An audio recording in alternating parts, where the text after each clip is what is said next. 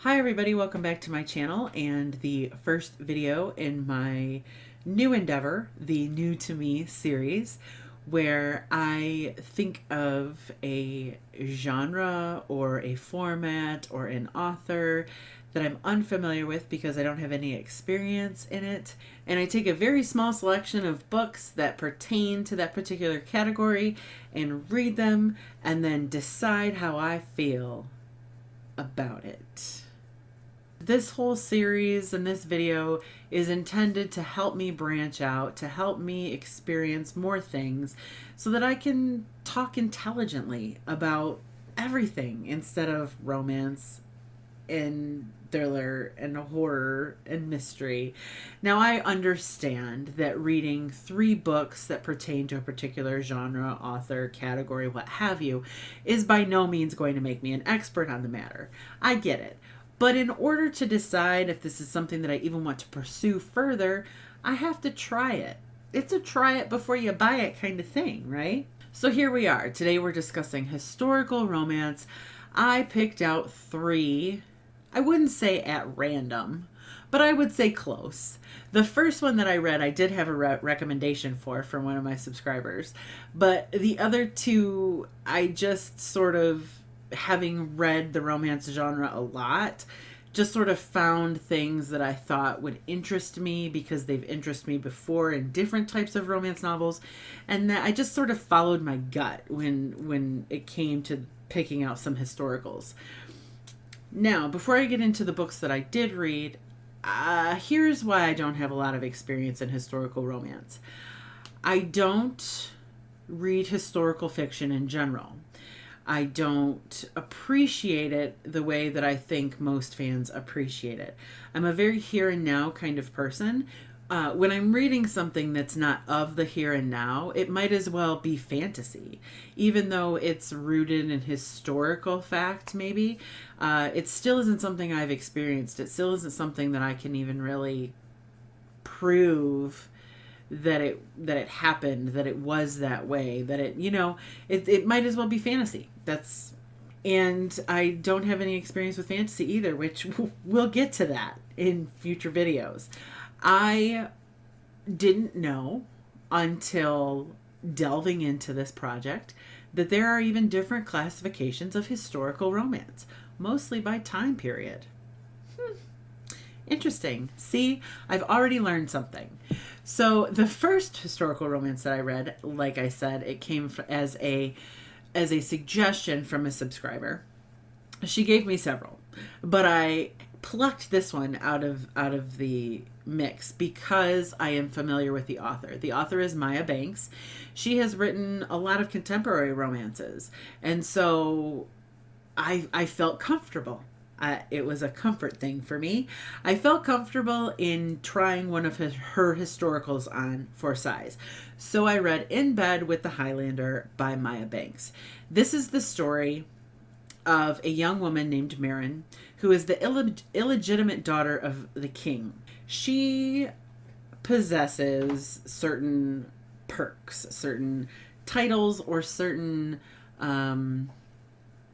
rights to things that other people find desirable. She's kidnapped and then rescued by a fella named Ewan McCabe. And when Ewan McCabe discovers who she is, he forces her into marriage in order to save his clan by claiming what is Marin's. The second book that I read is called My Sister's Intended, and this one is by Rachael Anderson. Now, this one is a Regency romance, which means it takes place in the Regency time period, which is the beginning of the 1800s, more specifically 1811 to 1820. Named thusly because it is the period of time in which King George III was deemed unfit to rule due to his illness, and his son took over as Prince Regent. Basically, his son ruled by proxy as the Prince Regent. If I sound really intelligent, it's because I have Google. So this is the story of Prudence, who is the younger sister to Sophia. And Sophia has sort of not necessarily been promised to, but it is assumed that Sophia will be wedding the most eligible bachelor in town, Lord Knave. Now, as it turns out, Sophia and Lord Knave, their chemistry is a little lackluster, whereas Prudence is the passionate one of the family. She reads and aspires to write romance novels, and so she sets about to sort of help Lord Knave and Sophia make a connection. Only in the process of that, Lord Knave and Prudence find themselves attracted to one another. Lastly, I read The Substitute Wife. This is by CiCi Cordelia, and this is a Western romance, a romance taking place in the Wild Wild West. This one is set in Colorado, and it's the story of Harrison Carter, who is a successful silver miner of silver, and he had moved to Colorado to work in the mines that he and his brother inherited, leaving behind his beloved Jenny. Now, it's been 4 years since he saw Jenny, but he's settled, everything is good, so he calls for her.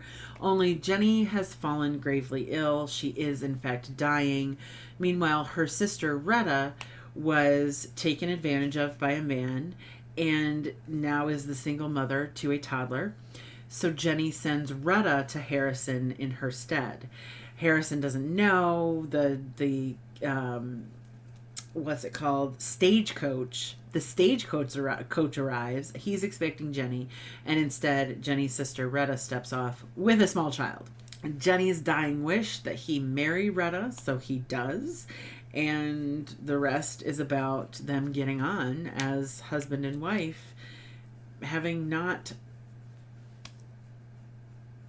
known anything about each other up until that point. So as soon as I realized that historical romances were categorized further by the time period or setting in which they take place, I wanted something from different categories, right? So we have a Highlander, Scottish, that whole thing, a Regency romance, which is very, very popular, probably the most popular, and then the Western romance. Now, all three of these books actually are the first in a series of books, so there's that. I don't know if that has any effect on anything. And I listened to all three of them on audio. What if I were ranking them from the one that I like the most to the one that I like the least? I would go from My Sister's Intended to In Bed with a Highlander, and the one that I liked the least was The Substitute Wife, the Western. That doesn't, in some ways that surprises me, and in some ways it doesn't. It doesn't surprise me that I like the Western the least, because I've said before, I'm not a fan of Western in general. For the same reason I'm not a big Western movie fan, I don't think I was a very big Western romance fan. That part didn't surprise me. What surprised me was my favorite, which was My Sister's Intended, because it is a clean romance. It is squeaky clean, like squeaky clean. I didn't know it was a clean romance when I read it, and yet the story was angsty and gave you that tummy tumbling feeling several times throughout the book when, these two people were longing for each other, but, it was forbidden. It was the forbidden romance of the group. And because it was the forbidden romance of the group, maybe that helped it a little bit. But I am surprised that my favorite turned out to be squeaky clean. The Western romance was by far the most explicit. And then In Bed with the Highlander was probably the most typical one. It probably ended up being the most expected. Like, when I think of a Highlander type novel, I'm gonna get these kinds of images or thoughts or impressions. So we have a woman who's being forced into marriage. There's that scene, that awkward virginity ending scene. It was stereotypical, it was cliche, but it wasn't cheesy. Whereas my problem with the Western was that it came off kind of cheesy, like over the top villain, gunslinger, like. So where do I go from here with historical romance? So I don't know that I've read something that makes historical romance a new go-to genre for me. I'm definitely I'm a lot more knowledgeable about it, and I definitely feel more confident that if I am in the mood to read a historical romance, I could go directly to something that would be more my taste and not swim in a sea of confusion over what one I should pick out. But is this going to be part of my regular rotation of genres? No. I still find it to be a little difficult to connect with. But with the exception of The Substitute Wife, I enjoyed myself. There were some eye-rolly moments through the In Bed with a Highlander one, definitely. But not too many that it becomes a deal breaker where I'm like, no, I'm absolutely never reading this again. It's not that happened. I won't be picking up any Wild West romances anytime soon, or Western fiction in general.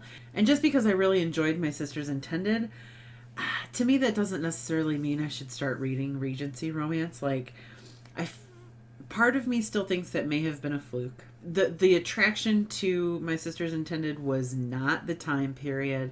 It was the aspects of the book that were, that are common in romance of any time period.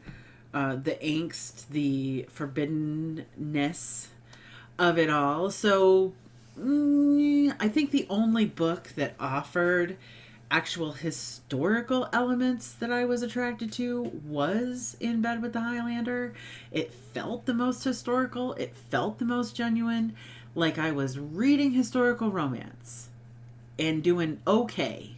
The middle of the road thing. Like, it was all right. So there, I gave it a shot. I gave it a go.